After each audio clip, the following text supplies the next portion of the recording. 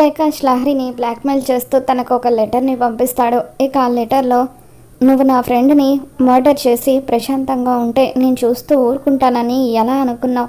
త్వరలోనే నువ్వు చేసిన మర్డర్కి సంబంధించిన అన్ని సాక్ష్యాలు కూడా నువ్వు ఉంటున్న అడ్రస్కి పంపిస్తాను.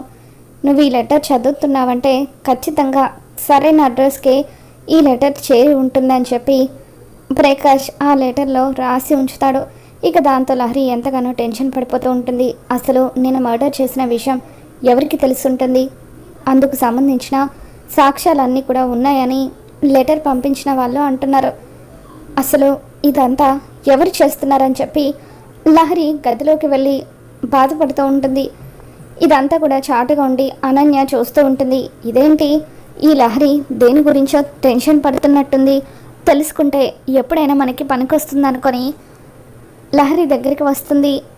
ఏంటి లహరి, ఏంటి చాలా డల్గా ఉన్నావు, దేని గురించి ఇంతలా ఆలోచిస్తున్నావు అని చెప్పి అంటూ ఉంటే, వదిన ఎవరో నన్ను బ్లాక్మెయిల్ చేస్తున్నారు వదిన. మహేష్ని నేను మర్డర్ చేసిన విషయం వాళ్ళకి తెలుసట, వాళ్ళ దగ్గర సాక్ష్యాలు కూడా ఉన్నాయి అంటున్నారు. ఏం చేయాలో నాకు తెలియడం లేదు, ఎలాగైనా సరే నువ్వే నన్ను కాపాడాలని చెప్పి లహరి అంటూ ఉంటుంది. దాంతో అనన్య ఒకసారి ఆ లెటర్ ఇవ్వు అంటూ ఆ లెటర్ మొత్తం కూడా చదువుతుంది.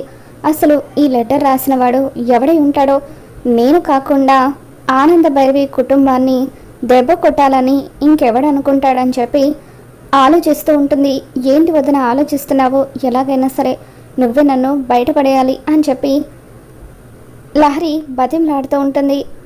ఈ విషయంలో నేను మాత్రం ఏం చేయగలను లహరి, ఒకవేళ నీకు సాయం చేస్తే నీతో పాటు నేను కూడా ఇరుక్కుంటాను అని చెప్పి అంటూ ఉంటుంది. అదేంటి వదిన అలా అంటావు? ఆ రోజు అసలు నువ్విచ్చిన మందు వల్లే కదా అతని ప్రాణాలు పోయాయి అని చెప్పి లహరి అంటూ ఉంటే, ఇది మరీ బాగుందమ్మా. ఆ రోజు నిన్నేదో సేవ్ చేయడం కోసం అని చెప్పి నేను మత్తు మందు కలపమని ఇచ్చాను, నువ్వేమో నేను ఇచ్చిన మందుని మార్చేసి విషం ఇచ్చి అతన్ని చంపేశావు అని చెప్పి అనన్య అంటూ ఉంటుంది. వదిన అలా అంటున్నావేంటి వదిన, నేను నువ్వు ఇచ్చిన మందేమీ మార్చలేదు, అదే మందు ఇచ్చాను. అతను స్పృహ కోల్పోతాడని చెప్పావు, కానీ మొత్తానికి ప్రాణాలే పోయాయి అని చెప్పి లహరి అంటూ ఉంటుంది. చూడు లహరి, ఈసారి ఎప్పుడైనా అతను మళ్ళీ బ్లాక్మెయిల్ చేస్తే అప్పుడు ఆలోచిద్దాము. ప్రస్తుతం ఈ విషయం గురించి ఆలోచించడం మానేసే, నువ్వు అనవసరంగా ఈ విషయం గురించి ఎక్కువగా ఆలోచించి కంగారు పడద్దు అని చెప్పి అనన్య లహరికి సర్ది చెప్తూ ఉంటుంది. ఇక దాంతో లహరి ఎంతగానో ఏడుస్తూ ఉంటుంది. ఇంతలో శరణ్య అక్కడికి వస్తుంది. అమ్మ లహరి, ఏమైందమ్మా, ఎందుకు ఇలా ఏడుస్తున్నావు అని చెప్పి అంటూ ఉంటే లహరి జరిగింది మొత్తం కూడా శరణ్యకి చెప్తుంది. ఇప్పుడు అతను ఆ సాక్ష్యాలు పోలీసులకు ఇస్తే పోలీసులు నన్ను అరెస్ట్ చేస్తారు కదా వదిన, నా జీవితం అంతా కూడా జైల్లో గడిచిపోతుంది అని చెప్పి లహరి భయపడిపోతూ ఉంటే, అప్పుడు శరణ్య, అమ్మ లహరి నువ్వేమీ బాధపడద్దు, ఏం జరిగినా సరే నేను చూసుకుంటానని చెప్పాను కదా, నీకు మాత్రం ఏమీ అవ్వదు, ధైర్యంగా ఉండు అని చెప్పి శరణ్య అంటూ ఉంటుంది. చాలా థ్యాంక్స్ వదిన, అసలు అనన్య వదిన మాటలు నమ్మి నేను ఇక్కడి వరకు తెచ్చుకున్నాను. ఆ రోజు వదిన మత్తు మందని చెప్పి ఏదో మందు నా చేతిలో పెట్టింది, అతనికి నేను అదే మందుని జ్యూస్లో కలిపించాను, దాంతో అతను చనిపోయాడు. ఇప్పుడు అనన్య వదినను సాయం అడిగితే తన చేతులు ఎత్తేసింది, కానీ నువ్వు మాత్రం నీకు దీనికి ఎటువంటి సంబంధం లేకపోయినా నాకు అండగా ఉంటానంటున్నావు, చాలా థ్యాంక్స్ వదిన అని చెప్పి లహరి ఎంతగానో బాధపడుతూ ఉంటే, అమ్మ లహరి నువ్వు నా ఆడపడుచువి, నీకేదైనా కష్టం వస్తే తీర్చాల్సిన బాధ్యత వదినగా నా మీద ఉంది, ఈ కుటుంబ గౌరవాన్ని నిలబెట్టే బాధ్యత నా మీద ఉంది, నేను బతికున్నంత వరకు ఎట్టి పరిస్థితుల్లోనూ ఈ కుటుంబానికి చెడ్డ పేరు రానివ్వను అని చెప్పి శరణ్య లహరికి ధైర్యం చెప్తూ ఉంటుంది. మరోపక్క సమీర ఇంటికి వెళ్ళిన తర్వాత జరిగిన ప్రెస్ మీట్ గురించి ఆలోచిస్తూ ఉంటుంది. అసలు ఆ ప్రెస్ మీట్లో శరణ్య పరువు తీస్తారనుకుంటే ఆనంద భైరవికి జేజేలు కొడుతూ, ఇన్స్పెక్టర్ తన గురించి అంత గొప్పగా చెప్పాడేంటి, అసలు ఏం జరుగుంటుందని చెప్పి అనన్యకి ఫోన్ చేస్తుంది. ఏంటనన్య, ఆ ఆనంద భైరవి పరువు తీద్దామనుకుంటే తన పేరు ప్రతిష్టలు ఇంకా పెరిగాయి అని చెప్పి అంటూ ఉంటే, అదే సమీర నాకు కూడా అర్థం కావట్లేదు, ప్రతిసారి మనం ఆ ఆనంద భైరవిని దెబ్బ కొడదాం అనుకుంటే తనే మనల్ని రివర్స్లో దెబ్బ కొడుతుంది, ప్రతిసారి మనం ఆ ఆనంద భైరవి ముందు ఓడిపోతూనే ఉన్నాము అని చెప్పి అనన్య అంటూ ఉంటుంది. ఇప్పుడు ఏం చేద్దామని చెప్పి సమీర అంటూ ఉంటే అప్పుడు అనన్య, ఈసారి ఆ ఆనంద భైరవికి కొట్టే దెబ్బ చాలా గట్టిగా తగలాలి, ఆ దెబ్బకు ఆనంద భైరవి జీవితాంతం విలవిల్లాడిపోవాలి అని చెప్పి అనన్య అంటూ ఉంటుంది. ఇప్పుడు ఏం చేద్దామంటావని సమీర అంటూ ఉంటే, నువ్వు దర్శన్ని పెళ్లి చేసుకోవాలి అని చెప్పి అనన్య సమీరకి సలహా ఇస్తుంది. ఏంటి అనన్య నువ్వు అనేది, ఈ పెళ్ళికి దర్శన్ ఒప్పుకుంటాడా అని చెప్పి అంటూ ఉంటే ఇప్పుడు దర్శన్ ఆ ఆనంద భైరవి మీద పీకల వరకు కోపంగా ఉన్నాడు. తల్లి కొడుకుల మధ్య గొడవ కూడా జరిగింది. ఇన్ని రోజులు శరణ్యని దాచిపెట్టి ఆ ఆనంద భైరవి నాటకం ఆడిందన్న విషయం కూడా దర్శన్కి తెలుసు. ఈ టైంలో నువ్వు దర్శన్ని పెళ్లి చేసుకుందామని రెచ్చగొడితే ఖచ్చితంగా దర్శన్ ఒప్పుకుంటాడు. రేపు నువ్వు దర్శన్ ఇద్దరు గుడిలో పెళ్లి చేసుకోండి, ఆ ఆనంద భైరవి ఇంట్లో నుండి బయటకు రాకుండా నేను చూసుకుంటాను అని చెప్పి అనన్య అంటూ ఉంటుంది. ఓకే అనన్య, చాలా థ్యాంక్స్, నాకు ఇంత పెద్ద సాయం చేస్తున్నావు. నేను కోరుకున్నట్టుగా దర్శన్ నా సొంతం అయితే అప్పుడు జీవితాంతం నేను నీకు రుణపడి ఉంటాను అని చెప్పి సమీర అంటూ ఉంటుంది. సరే సమీర, అవన్నీ మనం తర్వాత మాట్లాడుకుందాం, ముందైతే నువ్వు దర్శన్ని ఒప్పించే పనిలో ఉండు అని చెప్పి అనన్య అంటూ ఉంటుంది. సరే అనన్య, బాయ్ అంటూ సమీర వెంటనే దర్శన్కి ఫోన్ చేస్తుంది. సమీర, ఎలా ఉన్నావు సమీర, నా మీద కోపంగా ఉందా అని చెప్పి దర్శన్ అంటూ ఉంటాడు. దాంతో సమీర, లేదు దర్శన్, నువ్వు నా ప్రాణం, నేను నిన్ను ప్రాణం కంటే ఎక్కువగా ప్రేమించాను, అటువంటిది నీ మీద నాకు ఎందుకు కోపం ఉంటుంది, కాకపోతే కాస్త బాధ అనిపిస్తుంది. మీ అమ్మగారు నేను ఏ తప్పు చేయలేదని నెత్తి నోరు బాదుకున్నా సరే ఆ మాటలేవి వినిపించుకోకుండా నన్ను పోలీసుల చేత అరెస్ట్ చేయించి పోలీస్ స్టేషన్లో చిత్రహింసలు పెట్టించారు. ఆ విషయం తలుచుకుంటేనే నాకు చాలా బాధ అనిపిస్తుంది అని చెప్పి సమీర చాలా బాధపడుతూ ఉంటుంది. మా అమ్మ తరపున నేను నీకు క్షమాపణ చెప్తున్నాను, ఐఎమ్ రియల్లీ సారీ సమీర అని చెప్పి దర్శన్ అంటూ ఉంటాడు. దాంతో సమీర, దర్శన్ ఇదంతా చూస్తూ ఉంటే నువ్వు ఇక ఎప్పటికీ నాకు దక్కవేమో అనిపిస్తుంది, అదే కనుక జరిగితే నేను ఈ భూమి మీద బతికి కూడా వేస్ట్ అని చెప్పి సమీర అంటూ ఉంటుంది. వద్దు సమీర, దయచేసి అలా మాట్లాడద్దు, మా అమ్మ ఒప్పుకున్నా ఒప్పుకోకపోయినా మనం ఇద్దరం పెళ్లి చేసుకుంటాము, మనమే భార్యాభర్తలం అని చెప్పి దర్శన్ అంటూ ఉంటాడు. కానీ మీ అమ్మ ఖచ్చితంగా నన్ను తన కోడలుగా అంగీకరించే దర్శన్ అని చెప్పి సమీర అంటూ ఉంటుంది. ఆవిడ ఒప్పుకుంటే ఏంటి, ఒప్పుకోకపోతే ఏంటి, నేను చెప్తున్నాను కదా నువ్వే నా భార్యవి అని చెప్పి దర్శన్ అంటూ ఉంటాడు. అయితే రేపే మన పెళ్ళి జరిగిపోవాలి దర్శన్ అని చెప్పి సమీర అంటుంది. ఏమంటున్నావు సమీర నువ్వు, మన పెళ్ళి జరిగిపోవాలా, కానీ శరణ్యకు నాకు ఇంకా విడాకులు రాలేదు కదా అని చెప్పి దర్శన్ అంటూ ఉంటే, ఒక్కసారి మన పెళ్ళి జరిగిపోతే ఆ శరణ్య మాత్రం ఏం చేస్తుంది దర్శన్, చచ్చినట్టు నీకు విడాకులు ఇచ్చి తీరుతుంది.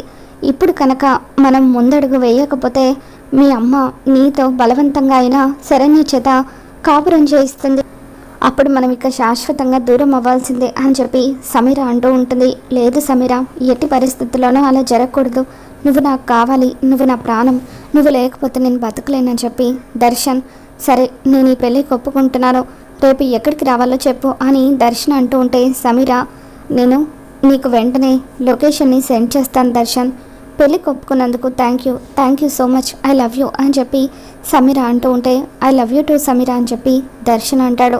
ఇక రేపటితో నా భార్య స్థానంలోకి సమీర రాబోతుంది అని చెప్పి దర్శన్ ఆనందపడిపోతూ ఉంటాడు.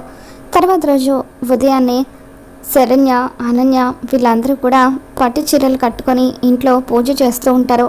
ఆనంద కూడా స్నానం చేసి అందంగా రెడీ అయ్యి కిందికి వస్తుంది. గుడ్ మార్నింగ్ అత్తయ్య అంటూ శరణ్య ఆనందని పలకరిస్తుంది. పూజ చేసి వచ్చి శరణ్య అందరికీ కూడా హారతి ఇస్తూ ఉంటుంది. రోహిత్, దర్శన్ ఎక్కడ అని చెప్పి ఆనంద అంటూ ఉంటే, ఆయన స్నానం చేశారు అత్తయ్య గారు, కిందకి దిగుతున్నారు అని చెప్పి శరణ్య అంటూ ఉంటుంది. ఆయన కూడా కిందికి వస్తున్నారు అత్తయ్య గారు అని చెప్పి అనన్య రోహిత్ గురించి చెప్తూ ఉంటుంది. ముందుగా రోహిత్ కిందకి దిగుతాడు.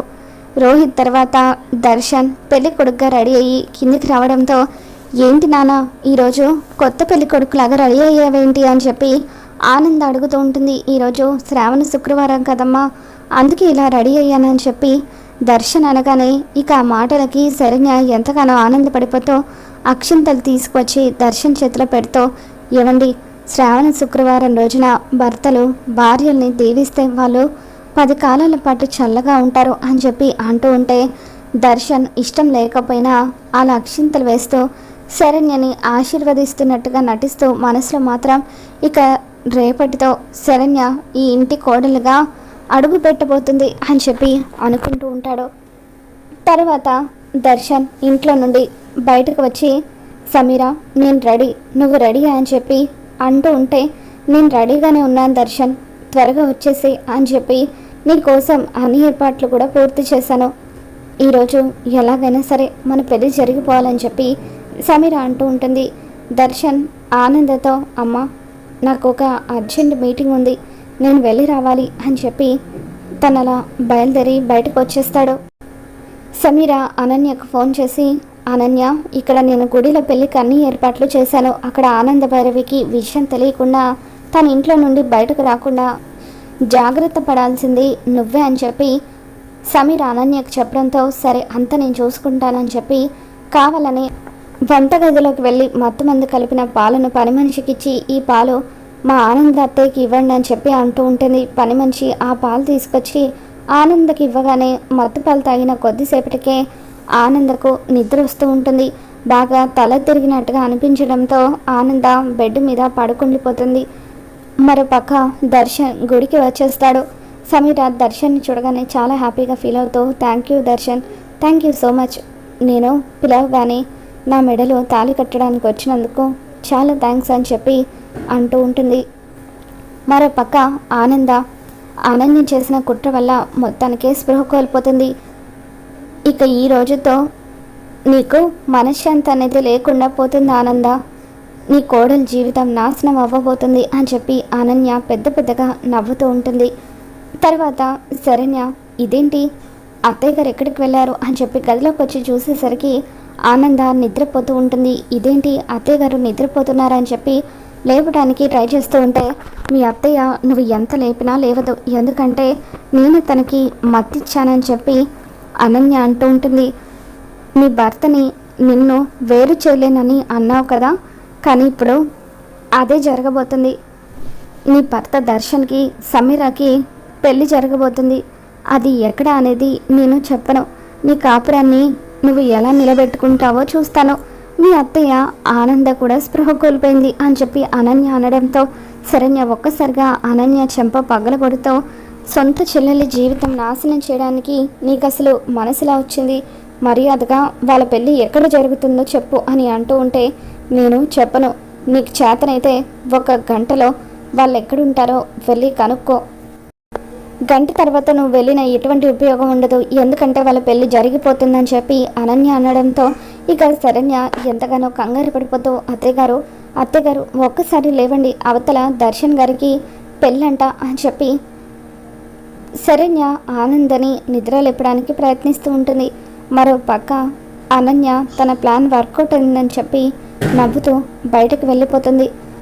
ఇక శరణ్య ఇప్పుడు ఏం చేయాలి, దర్శన్ గారు ఎట్టి పరిస్థితుల్లోనో ఆ సమీర మెడలో తాళి కట్టకూడదు, ఇటు చూస్తే అత్తయ్య గారు స్పృహలో లేరు, ఇప్పుడు ఏం చేయాలని చెప్పి కంగారుగా అటు ఇటు తిరుగుతూ ఉంటుంది. ఇక వెంటనే వాటర్ తీసుకొచ్చి ఆనంద మొహం మీద చల్లుతూ, అత్తయ్య గారు ఘోరం జరిగిపోబోతుంది, నా జీవితం నాశనం అవ్వబోతుంది, ఆయన సమీరాని పెళ్లి చేసుకోబోతున్నారు అని చెప్పి శరణ్య అంటూ ఉంటే ఆనందకు ఇంకా చాలా మత్తుగా అనిపిస్తూ ఉంటుంది. అమ్మ శరణ్య, నువ్వు చెప్పేదంతా నాకు అర్థమవుతుంది, కానీ నేను కళ్ళు తెరవలేకపోతున్నానమ్మా, బాగా నీరసంగా ఉన్నాను అని చెప్పి ఆనంద అంటూ ఉంటుంది. అత్తయ్యగారు ప్లీజ్ అత్తయ్యగారు, ఎలాగైనా సరే మీరే నాకు సాయం చేయాలి, నా జీవితం నాశనం అవ్వకుండా మీరే కాపాడాలని చెప్పి శరణ్య అంటూ ఉంటే ఇక ఆనంద వెంటనే పోలీసులకి ఫోన్ చేస్తుంది. పోలీసులకు ఫోన్ చేసి దర్శన్ భార్య ఉండగా మరొక అమ్మాయిని పెళ్లి చేసుకుంటున్నాడని చెప్పి ఆనంద పోలీసులకి ఇన్ఫామ్ చేయడంతో సమీర దర్శన్ పెళ్ళి గుడిలో జరుగుతూ ఉండగా దర్శన్ సమీర మెడలో తాళి కట్టే టైంకి పోలీసులు అక్కడికి వస్తారు. మీకు ఆల్రెడీ పెళ్ళయి భార్య ఉంది కదా, మరి ఆవిడకు విడాకులు ఇవ్వకుండానే మీరు మరొక అమ్మాయిని పెళ్లి చేసుకుంటున్నారా, ఇది చట్టరీత్యా నేరం కాబట్టి మిమ్మల్ని మేము అరెస్ట్ చేస్తున్నామని చెప్పి పోలీసులు దర్శన్ని సమీరని అరెస్ట్ చేసి అక్కడి నుండి తీసుకెళ్ళిపోతూ ఉంటారు. ఇక ఆ విధంగా ఆనంద ఆఖరి నిమిషంలో పోలీసులను పంపించి దర్శన్ సమీర పెళ్ళైతే ఆగిపోయేలాగా చేస్తుంది. ఇక ఆనంద శరణ్య ఇద్దరు ఆనందపడిపోతూ ఉంటే దర్శన్ సమీర ఇద్దరు ఒక్కసారిగా షాక్ అవుతూ ఉంటారు. మరి రాబోతున్న ఎపిసోడ్లో ఏం జరగబోతుందో మళ్ళీ మన ఛానల్లో తెలుసుకుందాం. ఈ వీడియో మీకు నచ్చినట్లయితే ఒక లైక్ చేయండి.